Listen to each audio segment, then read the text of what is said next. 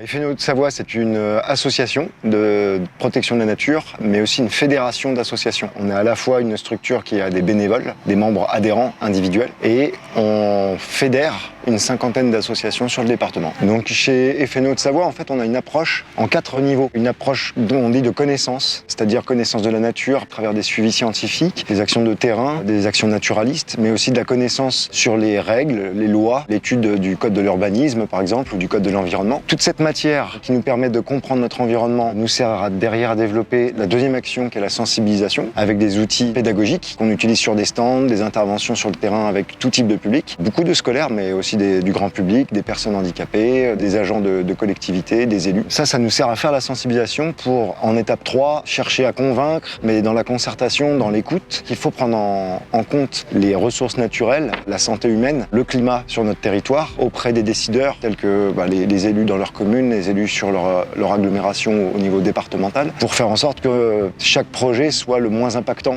sur ces aspects-là. Et quand on n'arrive pas à faire prendre en compte ces enjeux-là, on rentre sur le champ de la défense qui peut prendre différentes formes, de la veille environnementale en faisant remonter vos observations dans la nature de pollution, de décharge et autres. La défense à travers des actions juridiques. Il nous arrive régulièrement d'aller en justice pour lutter contre des projets. Et puis la défense sur de la mobilisation citoyenne telle que les marches pour le climat ces dernières années où on était organisateur ou co-organisateur. Les besoins bénévoles sont permanents, ça peut être des besoins ponctuels, comme aujourd'hui sur une action qu'on appelle l'atelier du hérisson où on bricole, on rénove des outils, on crée des outils pédagogiques et des outils de communication, et des besoins un peu permanents, un peu constants, sur des dossiers, sur des sujets sur lesquels il y a du travail de terrain à faire, des recherches, des études, et aussi des suivis sur des dossiers qui peuvent être liés à des communes ou des projets de territoire en Haute-Savoie. Tout le monde peut devenir bénévole, qu'on soit petit ou grand, âgé, jeune, femme, homme, et ça qu'on n'ait qu'une seule demi-journée disponible dans l'année ou